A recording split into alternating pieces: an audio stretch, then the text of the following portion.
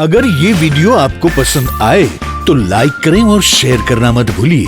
Subscribe करें लक्ष्य TV channel को और बेल आइकॉन पर क्लिक करना मत भूलिए लेटेस्ट वीडियो सबसे पहले पाने के लिए। यमुना जल पाने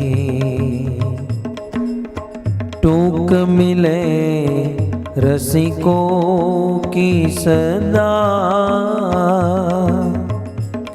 और पीबन को यमुना जल पानी। हमें यौरन की परवाह नहीं, अपनी ठकुरानी श्री राधिका रानी, हमारी ठकुरानी श्री राधिका रानी, अपनी ठकुरानी श्री राधिका रानी, अपनी ठकुरानी श्री राधिका रानी, अपनी ठकुरानी श्री राधिका रानी, अपनी ठकुरानी श्री राधिका रानी। हम राधा श्याम सुंदर, राधा श्याम सुंदर, राधा श्याम सुंदर राधे।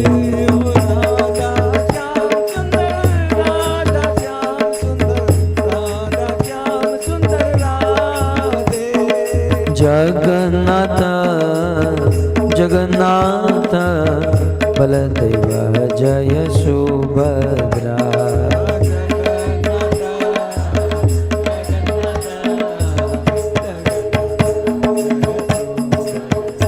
हम गौरनिताय जय गौरनिताय, गौरनिताय जय गौरनिताय, गौरनिताय जय गौरनिताय, जय शशि गौरनिताय, जय गौरनिताय, जय प्रभुपाद प्रभुपाद प्रभुपाद प्रभुपाद, जय जय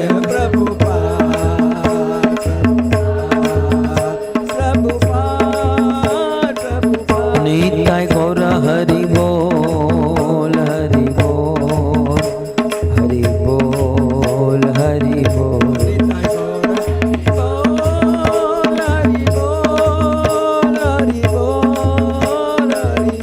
युग धर्म हरिनाम संकीर्तन की जय हो, ग्रंथराज श्रीमद् भागवतम महापुराण की जय हो, श्री कृष्ण चंद्र भगवान की जय हो, बाल कृष्ण लाल की जय हो।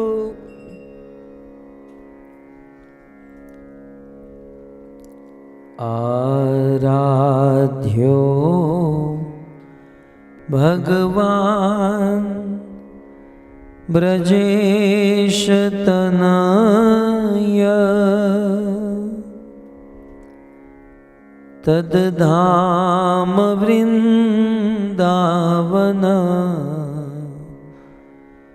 रम्या काचिदुपासना ब्रजबधो वर्गेण या कल्पिता। श्रीमद्भागवतं प्रमाणममलं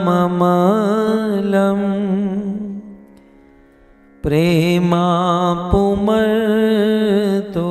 महान्, श्री चैतन्य महाप्रभु मतमिदं तत्रादरो नः पर। श्री चैतन्य महाप्रभु मतमिदं तत्रादरो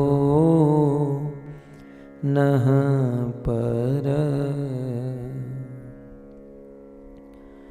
वंशे विभो शितकरा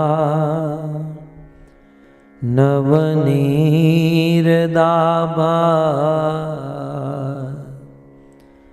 पीताम्बर दरुणबिम्बफल दरोष्ठा पूर्णेन्दुसुन्दरमुखा अरविन्दनेत्रा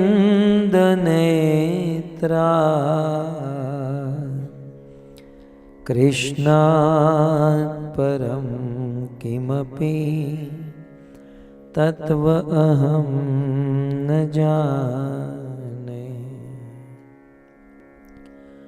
करारविन्दे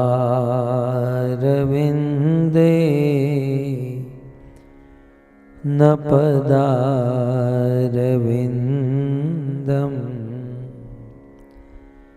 मुखारविन्दे विनिवेशयन्तम्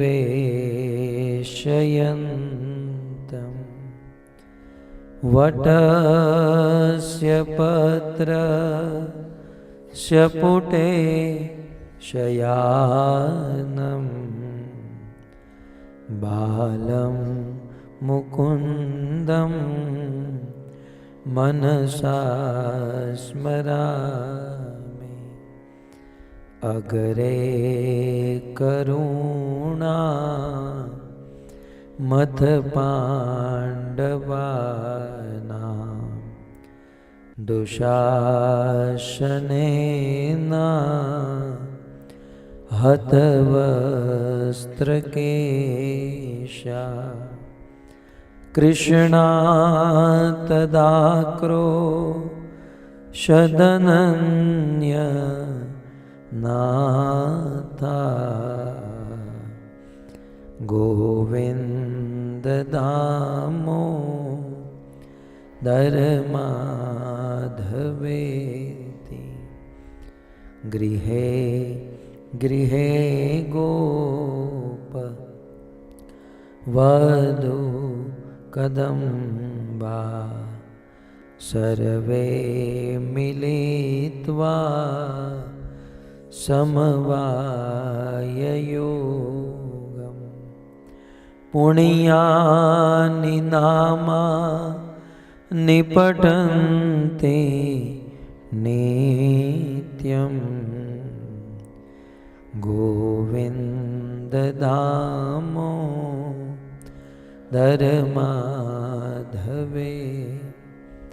श्री कृष्ण गोविंद हरे मुरारे हे नाथ नारायण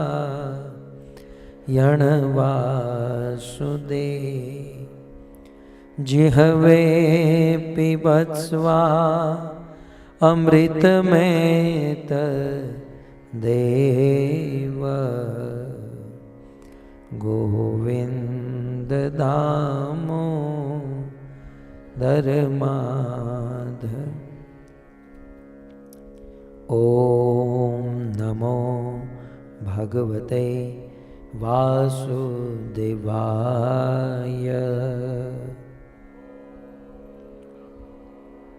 भगवते वासुदेवाय। ओम नमो भगवते वासुदेवाय। ओम नमो भगवते वासुदेवाय। ओम नमो भगवते वासुदेवाय।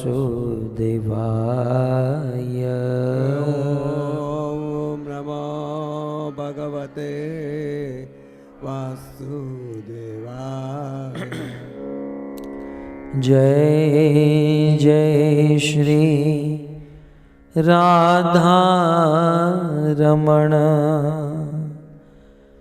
जय जय नवल किशोर जय गोपी चित चोर प्रभु जय गोपी चित चोर प्रभु जय जय माखन चोर। अगर ये वीडियो आपको पसंद आया हो तो लाइक करें और शेयर करना मत भूलिए। सब्सक्राइब करें लक्ष्य टीवी चैनल को और बेल आइकॉन पर क्लिक करना मत भूलिए लेटेस्ट वीडियो सबसे पहले पाने के लिए। जय जय माखन चोर। श्री कृष्ण चंद्र भगवान की, श्री बाल कृष्ण लाल की, श्री गोवर्धन नाथ की। आज से 5000 वर्ष पूर्व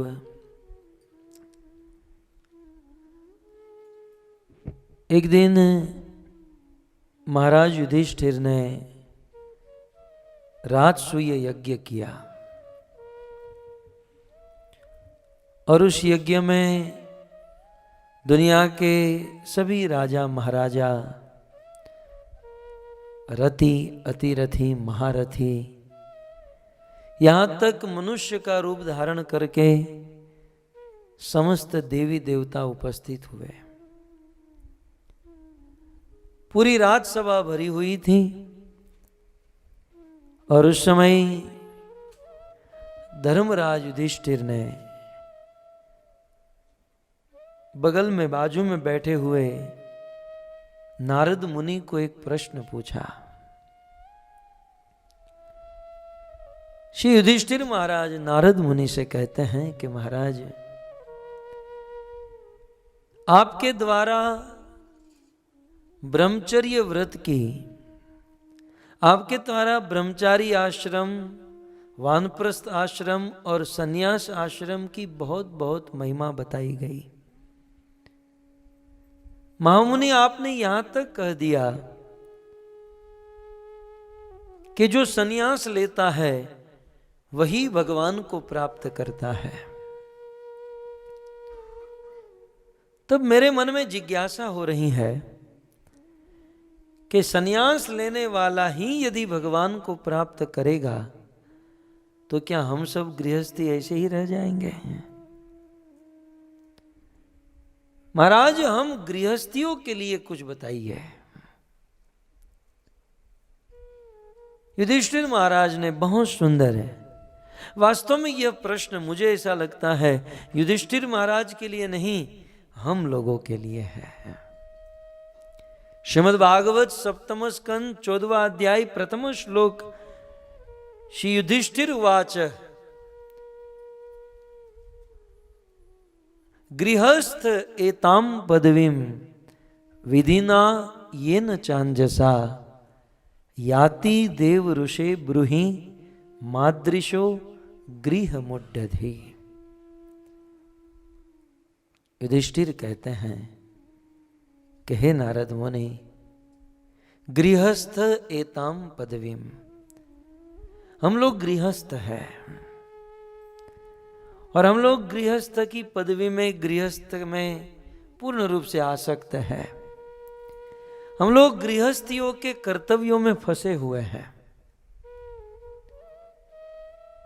तो ऐसे गृहस्थियों को एताम पदवीम, आपने जो वैकुंठ की पदवी, मुक्ति की पदवी का जो वर्णन किया, कोई गृहस्थ मुक्ति को प्राप्त करे, विधि ना, ऐसी कोई विधि बता दीजिए।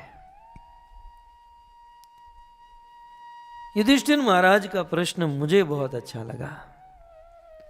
उन्होंने क्या कहा? आप मात्र विधि बताइए, फॉलो मैं करूंगा। आज का बंदा होता तो कहता महाराज एक मंत्र मार के फल दे दीजिए तो मेरा काम बन जाए, या मेरी पीठ पर हाथ घुमा दीजिए तो मेरा काम बन जाए, या मेरे सर पर हाथ रख दीजिए मेरा काम बन। कई बार कुछ लोग मेरे पास भी आते हैं, महाराज सर पर हाथ रख दीजिए, तेल वाला करके क्यों बिगाड़ रहा है यार, ये हाथ बात रखने से कुछ नहीं मिलता है। गुरु मुख पद्म वाक्य चीते ते करिह ऐक्य। कोई साधु संत महात्मा या गुरु अपने शिष्य को या अपने आश्रित को एक और मात्र एक वाणी से ही सपोर्ट कर सकता है। गुरुदेव के मुख से निकले हुए वाक्य ही चित्त को पवित्र करते हैं और जीवन को समृद्ध बना देते हैं। अतः विधि बताइए। तो गृहस्थ में रहकर ईश्वर को प्राप्त कर सके, हे नारद मुनि विधि बता दीजिए। इतना समझ में आ गया? ये प्रश्न है। लेकिन आगे क्या कहते हैं? स्पेशल हम मैरीलैंड वालों के लिए क्या कहते हैं? गृहस्थ एताम पदवीम विधिना, विधि तो बताइए लेकिन कैसी? च अंजसा, आसान विधि बताइए, सिंपल विधि। आप कुछ ऐसा बता देंगे कि भाई गृहस्थ को चाहिए हिमालय में जाकर एक पांव में खड़े रहकर तपस्या करे, तो महाराज हम मैरीलैंड वालों के लिए तो ये इम्पॉसिबल है, क्योंकि गृहस्थ आधा तो ऐसे ही मर जाता है काम धंधा बिजनेस करके। वो तप क्या कर सकता है? वो मेहनत नहीं कर सकता। तो विधि बताइए, लेकिन विधि कैसी? च अंजसा, कोई सरल विधि बताइए। ऐसी विधि कि कोई बालक भी इसे कर सके, जवान भी कर सके, या कोई बूढ़ा भी कर सके। विधिना ये न चांजसा याति देव ऋषे ब्रूहि, हे देव ऋषि। मनो नारद मुनि कहे कि मैं तुम्हें ये सब कैसे बता सकता हूं? तब युधिष्ठिर ने कहा आप तो देवताओं के ऋषि हैं, हम मनुष्य के तो ऋषि हैं, लेकिन आप देवताओं के ऋषि, इसलिए नारद को देवर्षि कहा गया। याति देव ऋषे ब्रूहि मादृशो गृह मुड्ढति, मेरे जैसे गृह मुड्ढति, मेरे जैसे घर गृहस्थी में फंसा हुआ अटैच्ड आसक्त आदमी गृहस्थी में ही रहकर ईश्वर को प्राप्त कर सके, ऐसा कोई विधि विधान बता दीजिए। युधिष्ठिर महाराज अपने आप को क्या कह रहे हैं? गृह मुड्ढधि, अर्थात जिसकी बुद्धि गृहस्थी में फंसी हुई है। एक संत ने इसका बहुत सुंदर अर्थ किया, आप मेरे पीछे बोलोगे तो मैं बताऊं। मैं गुजराती में बोलूं कि हिंदी में? આમ ગુજરાતીમાં થોડું વધારે મજા આવશે। ગુજરાતીમાં જવા દઉં? हाँ, तो गृह मुड्ढधि, गृहस्थी में फंस। देखिए ये सब श्लोक भागवत के हैं, लेकिन उसे समझाने के लिए धरातल पर आना पड़ता है ताकि आप लोग समझ सको। तो गृह मुड्ढधि का अर्थ क्या है? एक आचार्य ने बहुत सुंदर कहा गुजराती में, जैसे टून में हम बोलेंगे, थोड़ा सुर में है, भाव से। पैसा मेरा परमेश्वर, बीबी मेरी गुरु, बच्चे बच्चे शालीग्राम, फिर सेवा किसकी करूं। भले शास्त्र भागवत गीता रामायण कहे कि आप सेवा करो भजन करो, तो जो गृह मुड्ढधि में फंसा हुआ आदमी है वो कहता है पैसा ही मेरा परमेश्वर है, बीबी मेरी गुरु और बच्चे बच्चे शालिग्राम, अब सेवा भजन भक्ति किसकी करूं। इसे कहते हैं गृह मुड्ढधि। ईश्वर भाई तुम्हें चूकी क्या? हाँ, है ना? फिर सेवा किसकी करूं? इसे कहते हैं घर गृहस्थी में फंसा हुआ आदमी। सुखदेव गोस्वामी ने भागवत के दूसरे स्कंद में बड़े दुखी होकर कहा, निद्रया हयते नक्तम व्यवायेन च वावय दिवाचार्थे हया राजन कुटुंब भरणे नवा। दिन काम धंधे में बीत जाता है और रात सोने में बीत जाती है। जीवन के दिन रात व्यर्थ ही बीत जाते हैं। और कहते हैं तेषाम प्रमत्व निधनम पश्यन अपि न पश्यति। अपनी घर गृहस्थी में उलझा हुआ आदमी दिन महीने और साल कब बीत जाती है ये समझ में नहीं आता। मस्तक पर मौत मंडराने लगती है, लेकिन उस समय भी घर गृहस्थी की आसक्ति से मुक्त नहीं हो सकता। इसे कहते हैं गृह मुढ़धि। यद्यपि युधिष्ठिर महाराज ऐसे नहीं है, परंतु जब कोई शिष्य अपने गुरु को कुछ जिज्ञासा करते हैं तो अपने आप को मूर्ख बताते हैं कि मेरे जैसे मूर्ख को आप उपदेश दीजिए। युधिष्ठिर महाराज के बगल में कृष्ण बैठे थे।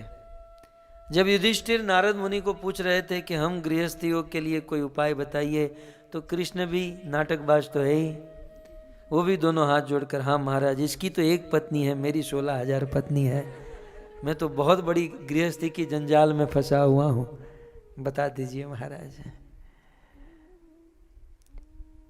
तो नारद मुनि को गृहस्थियों के लिए धर्म कर्तव्य बताने के लिए कहा। वैसे उपदेश तो लंबा है, मुझे जो आपको आज बताना है, नारद जी ने कहा गृहेषु वस्थितो राजन कुर्वन क्रिया यथोचिता वासुदेव अर्पणम साक्षात उपासित महामुनि है। हे युधिष्ठिर, गृहस्थियों को चाहिए कि गृहस्थी में ही रहे और अपने कर्तव्य करें, और साथ ही साथ जीवन में जो कुछ भी करते हैं, जो कुछ भी अर्जन करते हैं अपनी शक्ति अपनी सामर्थ्य से, वो अर्जन करने के बाद सबसे पहले भगवान को अर्पण करें।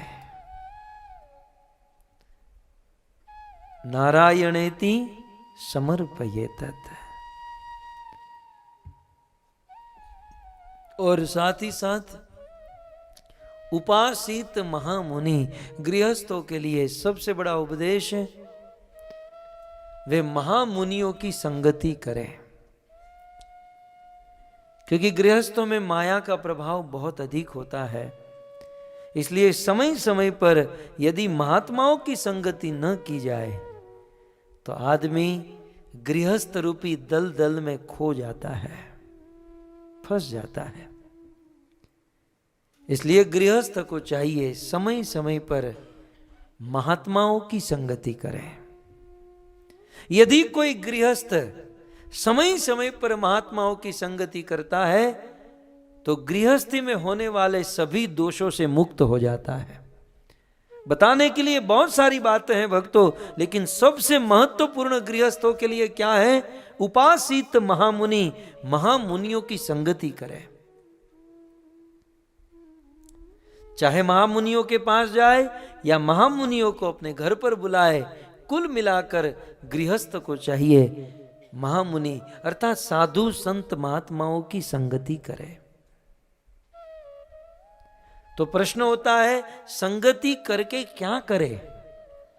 क्योंकि एक मच्छर भी महात्मा की संगति करता है लेकिन महात्मा का खून पी जाता है। संगति कैसी? जब कोई गृहस्थ महात्मा के पास जाए या महात्मा गृहस्थ के पास आए तो क्या करना चाहिए? नारद मुनि ने कहा कि एक ही काम करना चाहिए और वो है शुण्वन भगवतो भीक्ष्णम। जब भी गृहस्थ को महात्मा मिले तो एक और मात्र एक शुण्वन उस महात्मा के मुख से उपदेश सुनने चाहिए। महात्माओं को खोजो, महात्माओं को बुलाओ और महात्माओं के मुख से कुछ सुनने की कामना रखो। हमारा तो क्या है ना, एक तो महात्मा घर पर आते नहीं है और आ गए तो हम हमारी कथा शुरू करते हैं। ये हमारा घर है, बगल में हमारा घर है, इतनी ऑफिस है, ये है वो है, तब तक तो महात्मा के जाने का समय हो जाता है। शुण्वन, महात्मा के मुख से सुने। युधिष्ठिर ने यह भी पूछा क्या सुने, तो कहते हैं भगवतो, भगवान के बारे में सुने। बोले भगवान के बारे में भी बहुत सारी चीजें हैं, उसमें क्या सुने। तब नारद मुनि ने अंत में कह दिया शुण्वन भगवतो भीक्षणम अवतार कथा अमृतम। महात्माओं के पास जाकर या महात्माओं को अपने घर पर बुलाकर अवतार कथा अमृतम, अमृत समान भगवान कृष्ण के अवतार की कथा सुने। बहुत सुनने लायक तो बहुत सारी चीजें होती हैं, है ना, लेकिन सुनने में सर्वश्रेष्ठ वस्तु है कृष्ण के बारे में सुने।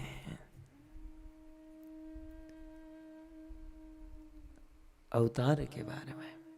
इसमें दो शब्द बड़ा महत्वपूर्ण है।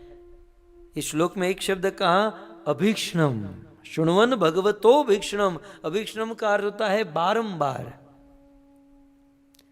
कोई कह सकता है कि भाई हमने तो ये कथा सुन ली है। तब नारद जी कहते हैं यदि एक बार सुनी है तो दूसरी बार बार बार सुने। कई बार हम कहते हैं ना, भक्त लोग निमंत्रित करते हैं, मंगल मंदिर में बहुत अच्छी कथा हो रही है, आप आइए। तो कुछ लोग कहते हैं हमने तो कथा सुन ली है। उसको कहना चाहिए कल दोपहर को आपने खा भी लिया है, तो आज क्यों खा रहे हैं, है ना, खाना पड़ता है ना। तो जैसे भोजन करने से शरीर को पोषण मिलता है, वैसे भागवत आदि कथा सुनने से आत्मा को पोषण मिलता है। आत्मा का आहार है कथा। तो बारंबार कथा सुने। तो प्रश्न हो सकता है कि भाई इस संसार में कोई भी चीज आप बारंबार करोगे ना तो उस वस्तु के प्रति अरुचि हो जाती है। आपको रसगुल्ला बहुत पसंद है और आपको भूख भी लगी है और रसगुल्ला मिल भी जाए तो कितना खाओगे, 2 खाओगे, 20 खाओगे, 40 खाओगे, 80 खाओगे, फिर रसगुल्ला को देखोगे तो वॉमिट हो जाएगी, है ना। कोई भी चीज है, कोई फिल्म का गाना आपको अच्छा लगता है, एक बार सुना, 2 बार, 25 बार, 50 बार, फिर वो ठीक नहीं लगता है। संसार की कोई भी वस्तु बारंबार करते हो तो उसके प्रति अरुचि हो जाती है। तो यहां पर नारद जी कहते हैं अभीक्ष्णम, कृष्ण के अवतार की कथा बारंबार सुनो। तो प्रश्न हो सकता है बारंबार सुनने से अरुचि नहीं हो जाएगी। तब नारद मुनि कहते हैं अवतार कथा अमृतम। ये कृष्ण के अवतार की जो कथा है ये अमृत के समान है। अमृत माने न अमृत, अमृत माने जिनमें से रुचि कभी कम न हो, रुचि खत्म न हो। भगवत कथा में यदि बात जितनी बार सुनते हैं उतनी बार रुचि और बढ़ती जाती है और बढ़ती जाती है। यच्छृणोताम रसज्ञानाम स्वादु स्वादु पदे पदे। जितना सुनोगे उतना आनंद बढ़ते जाएगा। हमारे गुरु महाराज दृष्टांत देते हैं, जब बालक का जन्म होता है ना तो वो माँ का दूध नहीं पीता है, फिर उस बालक को जबरदस्ती माँ का दूध पिलाया जाता है और एक बार टेस्ट लग गया फिर वह दूध छोड़ता नहीं है। कथा का भी इसी प्रकार से है। सुनने वाले सुनते नहीं है, लेकिन एक बार, 2 बार, 3 बार जब सुनना शुरू कर दिया फिर कथा को छोड़ नहीं सकते हैं। कथा जीवन बन जाती है। अरे कथा सांस बन जाती है। तो नारद मुनि ने हम गृहस्थियों के लिए निवेदन किया, गृहस्थी में रहकर ईश्वर को प्राप्त करना है तो महात्माओं की संगति करें और उनके मुख से और कुछ न सुनकर एक और मात्र एक कृष्ण कथा सुने। आज हम सब, हालांकि मैं कोई महात्मा नहीं हूं, मैं तो आपके ही जैसा एक साधारण आदमी हूं, लेकिन हाँ, मैं जो बोल रहा हूं, मैं जो शब्द इस्तेमाल कर रहा हूं, ये प्रत्येक शब्द बहुत बड़े बड़े महात्माओं के हैं। इसलिए अल्टीमेटली हम सब मिलकर महात्माओं की संगति कर रहे हैं। गत सत्र में हम सब ने भगवान श्री कृष्ण के जन्म उत्सव और नंद उत्सव के विषय में सुना। पिछले लगातार 4 दिन तक कृष्ण के जन्म की कथा चली और अंत में सुखदेव गोस्वामी ने कह दिया, तत आरभ्य नंदस्य व्रज सर्व समृद्धिमान। जिस दिन से नंद नंदन का जन्म ब्रज में हुआ है, उस दिन से ब्रज उत्कृष्टता को प्राप्त हो चुका है। ब्रज में सारी समृद्धि आ चुकी है। तो भगवान कृष्ण का जन्म ब्रज में हुआ। सुखदेव जी कहते हैं उस समय गोपान गोकुल रक्षायाम निरूप्य मथुरां गतः नंदः कंसस्य वार्षिक्यं करं दातुं कुरुद्वः करं दातुं कुरुद्वः। सुखदेव गोस्वामी कहते हैं कि हे परीक्षित, नंद बाबा ने नंद उत्सव मनाया, बहुत सुंदर उत्सव हुआ। और उत्सव के दूसरे ही दिन सोचा,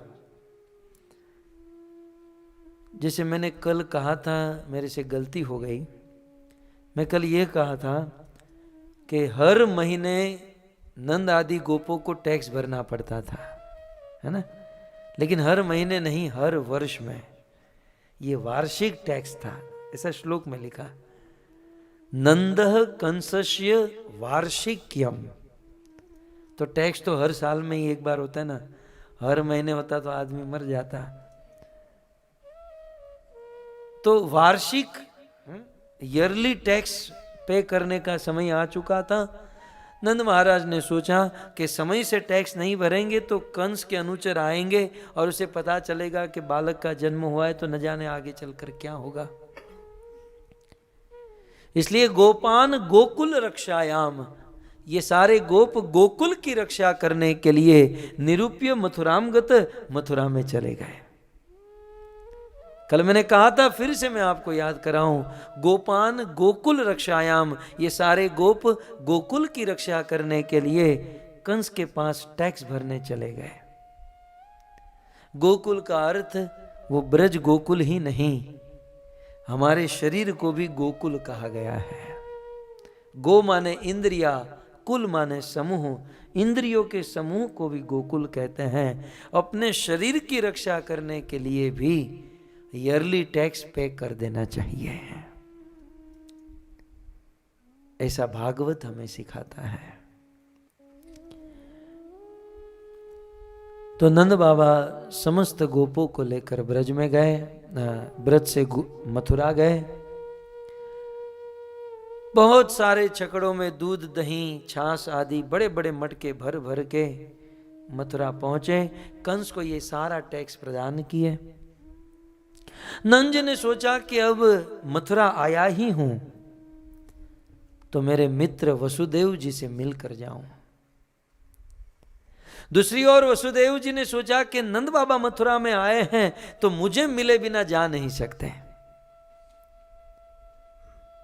और नंद बाबा मेरे घर पर मुझे मिलने के लिए आएंगे तो कंस के अनुचर यहां वहां घूम रहे हैं, और नंद जी मेरे घर पर आएंगे तो कंस के अनुचर को पता चल जाएगा कि मेरा बेटा नंद के घर पर है। तो नंद महाराज मेरे घर पर आए, उसके पहले मैं ही वेश बदलकर नंद महाराज के पास चला जाऊं ताकि किसी को पता न चले। सुखदेव गोस्वामी कहते हैं वसुदेव जी स्वयं अपनी पत्नी देवकी को भी नहीं बताए और स्वयं वेश बदलकर नंद महाराज को मिलने चले गए। किसी ने कहा पत्नी को तो लेकर जाते। वसुदेव जी ने सोचा कि स्त्रियों के पेट में बात टिकती नहीं है। बेचारी स्त्रियों का कोई दोष नहीं, लेकिन निखालस हृदय होता है।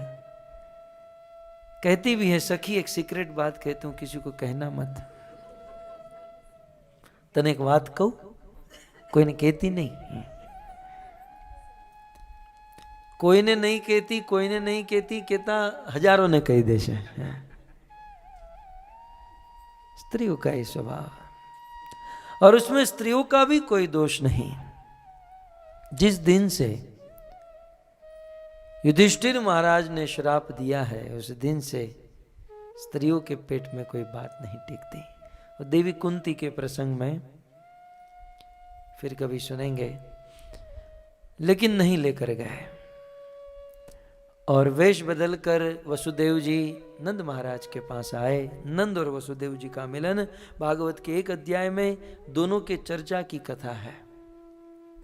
हाँ, नंद और वसुदेव जी का मिलन हुआ है। दोनों के बीच में बहुत सुंदर चर्चा हुई। संक्षिप्त में सुनिए। वसुदेव जी ने सीधा सीधा नहीं कहा, क्योंकि नंद महाराज को पता नहीं था कि उनके घर पर मेरा बेटा है। इसलिए वसुदेव जी इनडायरेक्टली कह रहे हैं कि बाबा, आपकी गैया सब ठीक से तो है ना? बाबा, आपकी गैया ठीक से भोजन तो करती है ना? बाबा, आपके गोकुल में गायों के लिए ठीक से चारा तो है ना? बाबा, आपकी गैया ठीक से दूध तो देती है ना?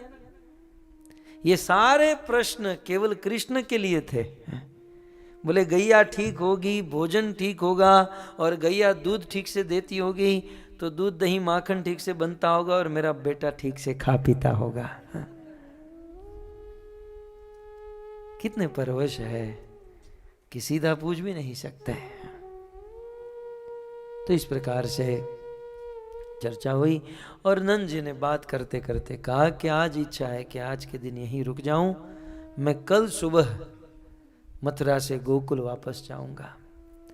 इतना सुनते ही वसुदेव जी ने कहा, नहीं बाबा, आप आज और अब भी यहां से निकल जाइए। बोले क्यों? मुझे मेरी दाई आंख फड़क रही है, और न जाने मुझे ऐसा लग रहा है कि गोकुल में कुछ उत्पात हो रहे हैं। मेरे हृदय में धकधकी हो रही है कि निश्चित गोकुल में कुछ गड़बड़ हो रही है। बाबा, आप अभी यहां से निकल जाइए। इतना सुनते ही नंद कैसे रह सकते थे? नंद जी ने अपने सभी गोपों को जगाया और कहा कि अभी हमें चलना है। बैलों को गाड़ियों से जोड़ा, और नंद आदि गोप सब लोग मथुरा से गोकुल निकल गए। अंधेरी रात है, नंद बाबा बैलगाड़ी में बैठे हैं। कभी झपकी आ रही है, कभी नींद उड़ रही है, बड़ी चिंता है। तो मथुरा से गोकुल की ओर नंद बाबा जा रहे हैं, और मन ही मन में चिंता कर रहे हैं। सुखदेव गोस्वामी भागवत के 10वें स्कंद के 6ठे अध्याय में इस दृश्य का वर्णन कर रहे हैं। श्री शुक उवाच नंदपति वच शोरे न मृषेति विचिन्तयन् हरिं जगाम शरणम् उत्पातागमशंकिता।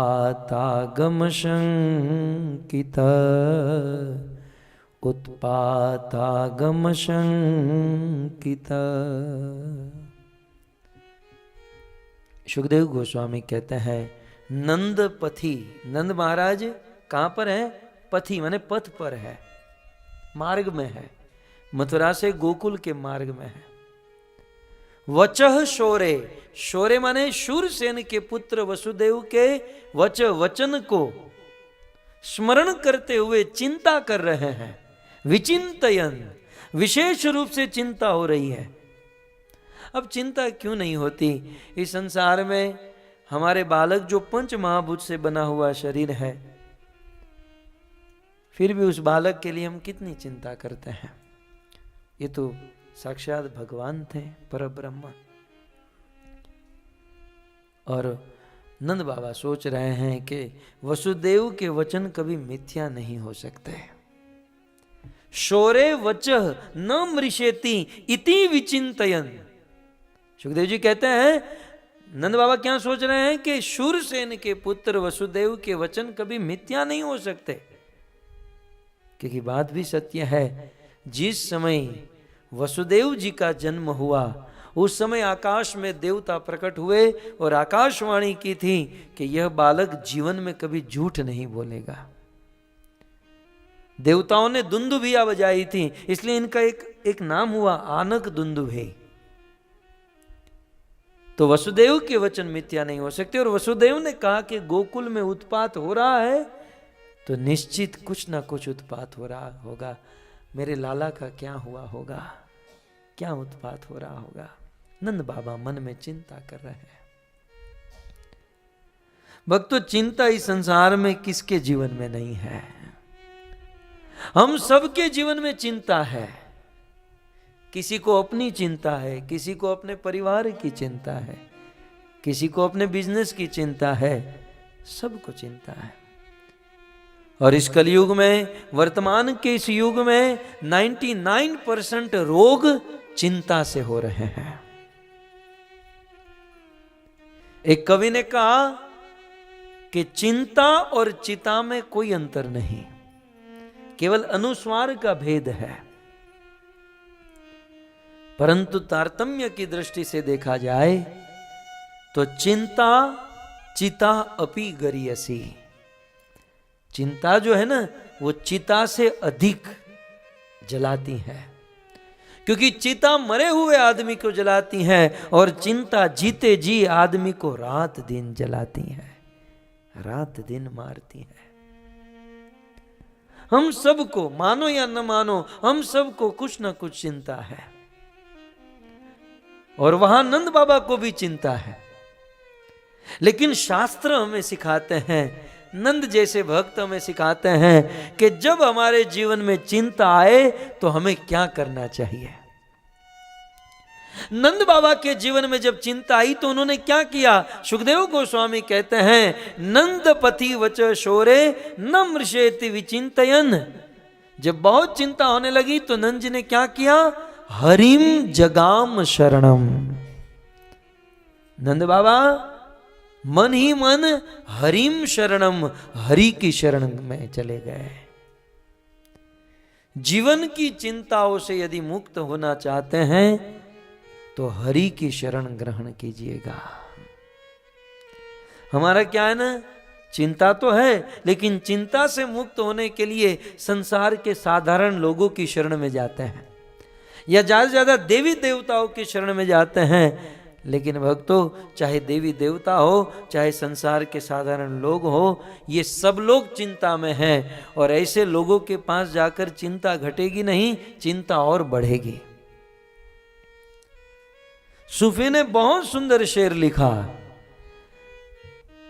इस बस्ती में हमारे आंसुओं को कौन पोंछेगा, इस बस्ती में हमारे आंसुओं को कौन पोंछेगा, जहां देखो उनका दामन भिगा लगेगा, जहां देखो उनका दामन भिगा लगेगा। इस बस्ती में हमारे आंसुओं को कौन पोंछेगा। दिल में दुख है, आंखों में आंसू है। इस संसार में जिस किसी के भी पास गए सब लोग रो रहे हैं। कौन हमको शांत कर सकता है? चाहे राजा हो या रंक, चाहे झोपड़ी में रहता हो या करोड़ों की इमारत में रहता हो, यहां तो सब लोग रो रहे हैं। वो प्रसिद्ध कहावत मैं आपको अक्सर कहा करता हूं, दिल्ली के दरबार में एक भिक्षुक पहुंचा सीधे राजा के कक्ष में, और उस समय राजा जहां पनाह नमाज पढ़ रहे थे। राजा को देखकर वह भिक्षुक वापस लौट गया। राजा जल्दी जल्दी नमाज पढ़कर भिक्षुक को खोजने निकले। भिक्षुक को पकड़ा और कहा कि खाली हाथ जा रहे हो, कुछ तो मांगो। उस भिक्षुक ने इतना ही कहा, राजन मैं तो बहुत बड़ी आशा लेकर आया था, मैं तो बहुत कुछ मांगने के लिए आया था, लेकिन जब आपके कमरे में आया तब पता चला कि मैं तो भिखारी हूं, आप भी भिखारी हैं। और एक भिखारी दूसरे भिखारी से क्या मांगेगा? और मैं तो छोटा भिखारी हूं, मैं तो एक हाथ से मांगता हूं, आप मेरे से बड़े भिखारी, क्योंकि आप तो दो दो हाथ से मांग रहे थे नमाज पढ़ते समय। राजा हो या रंक, यहां तो सब भिखारी। इसलिए यदि मांगना ही है तो हरि से मांगिए। आप कहोगे ये हरि कौन है? मुझे ये मंगल मंदिर बहुत अच्छा लगता है, क्योंकि यहां पर 3 विग्रह है। ये भागवत के अनुसार, मैं भागवत से सिद्ध करूं, मुझे एक दिन ये लोग बुलाएंगे ना, मैं एक विशेष प्रवचन करूंगा ये 3 विग्रह के ऊपर। श्रीमद् भागवत जी में कहा गया, नारायण कला शांता भजंती ही अनसूय, वह भजन करने लायक केवल 3 ही भगवान है, और वह है कृष्ण, विष्णु और राम, जो यहां विराजमान है। यही भगवान है, इन्हीं की उपासना, इन्हीं की ही भक्ति हो सकती है। बाकी सबकी पूजा करे, बाकी सबकी आराधना हो सकती है, लेकिन प्रेम, भक्ति, भजन तो इसी रूप का संभव है। तो हरि शब्द, हरि की शरण में जाए। हरि माने राम कहो, कृष्ण कहो या विष्णु कहो, इसे हरि कहते हैं। और हरि की शरण में जाने से हम सारी चिंताओं से मुक्त हो जाएंगे। मैं ज्यादा क्या बताऊं, ये छोटे छोटे बच्चे आप देखते ना, छोटे छोटे बच्चों को देखते हैं तो कितना आनंद होता है। उन बच्चों को कोई चिंता नहीं, कोई टेंशन नहीं। बच्चों को भोजन नहीं भी करना है तो माँ जबरदस्ती कराती है, कपड़े नहीं पहनना है तो पिताजी जबरदस्ती पहनाते हैं। कोई चिंता है बच्चों को?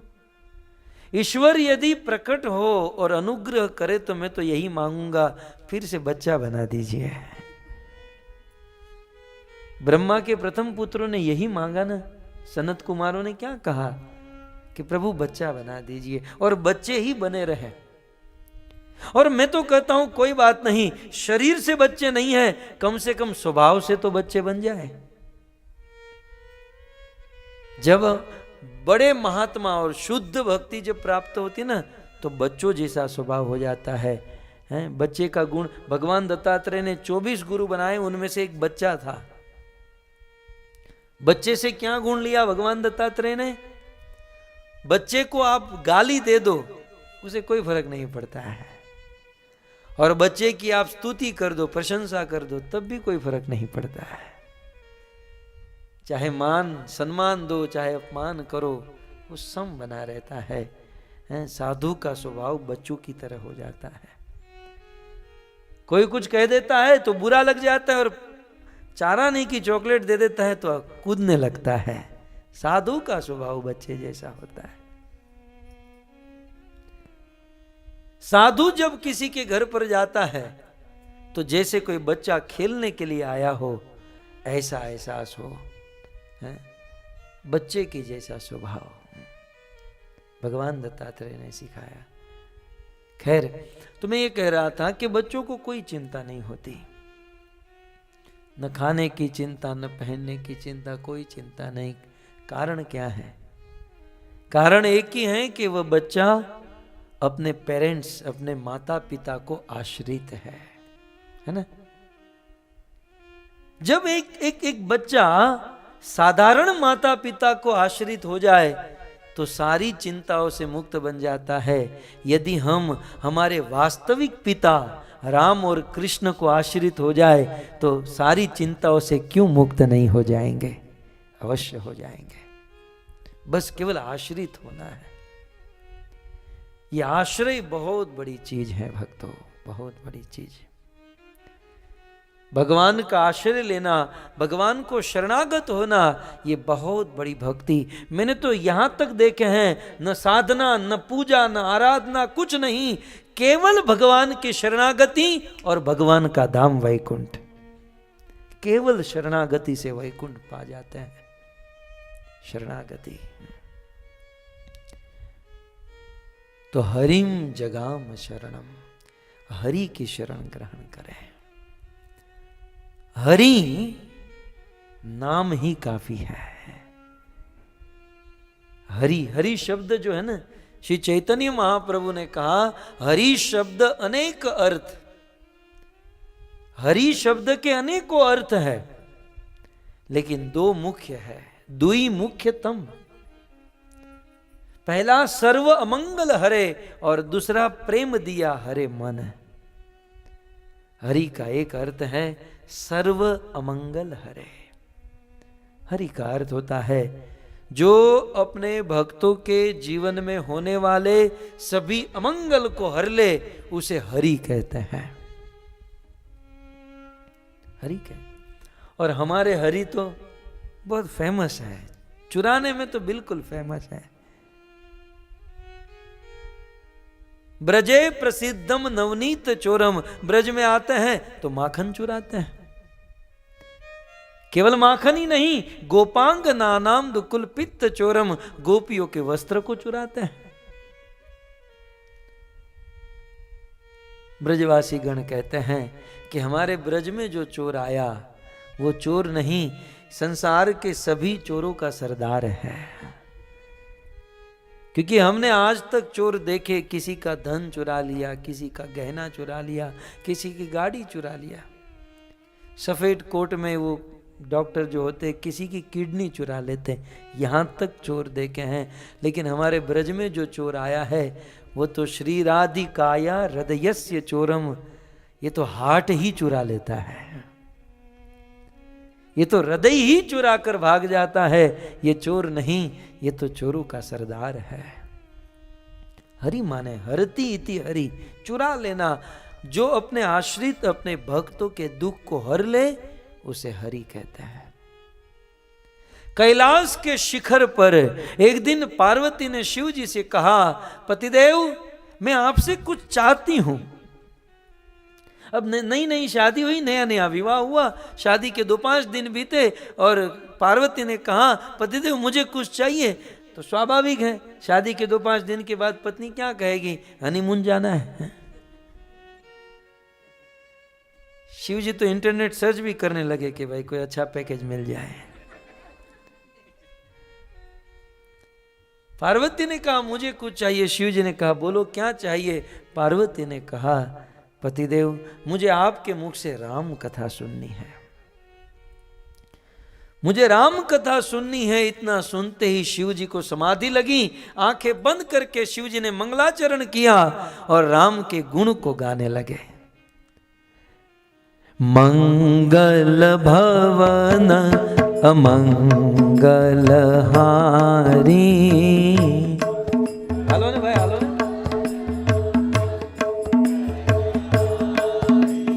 मंगल भवन अमंगल हारी।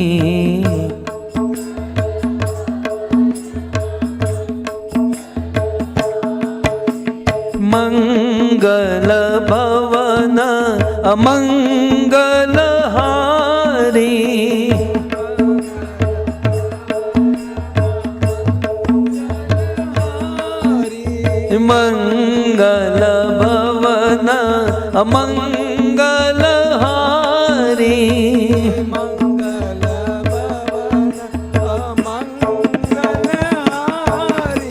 ध्रुवंशु दशरथ अजीर बिहारी।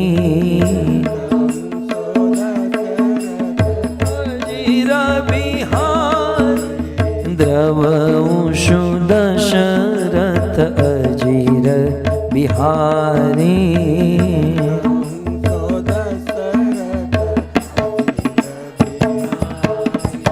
मंगल भवन अमंगल हारी।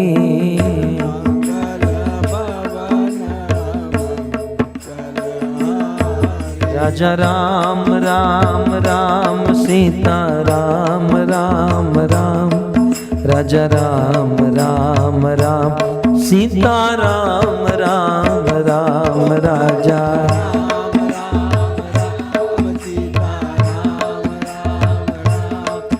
राजा राम राम राम,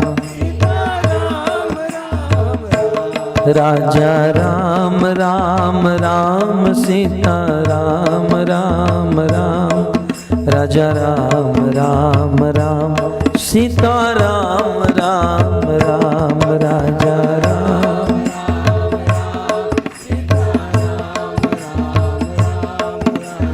राम राम राम, श्री रामचंद्र भगवान की। नंद बाबा को जब चिंता होने लगी तो हरि की शरण में गए। हमारे जीवन में भी जब चिंता हो हरि की शरण में जाए।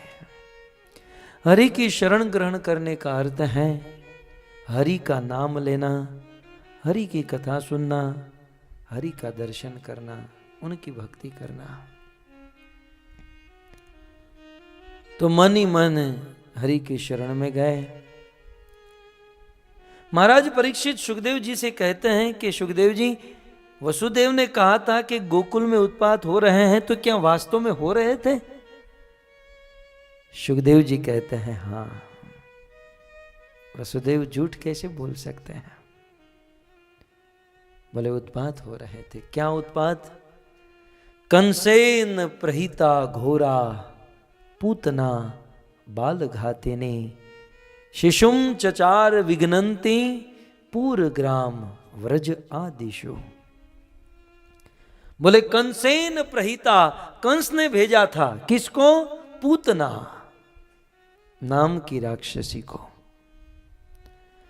जब मंत्रिमंडल में चर्चा हो रही थी कि बालकों को मार देंगे, तब ये राक्षसी आई और कहा कि महाराज आप अपने अनुचर को भेजोगे और लोगों को पता चलेगा तो अपने अपने बालकों को लेकर भाग जाएंगे।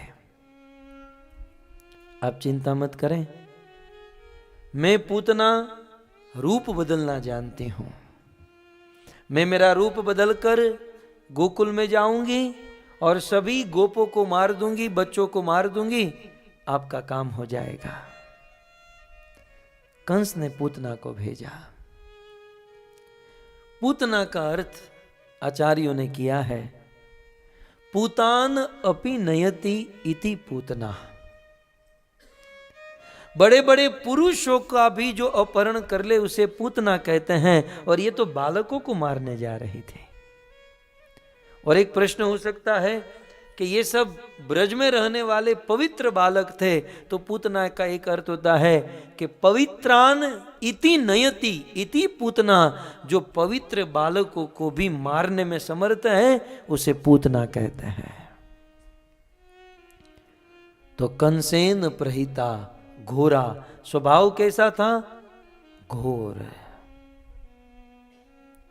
पूतना बाल घातिनी, और इसका काम क्या था, बिजनेस क्या था पूतना का? कहते हैं बाल घातिनी, बालकों को मारना, रुधिराशना, और मारकर उनका खून पीना, उनको खा जाना, यही पूतना का काम था।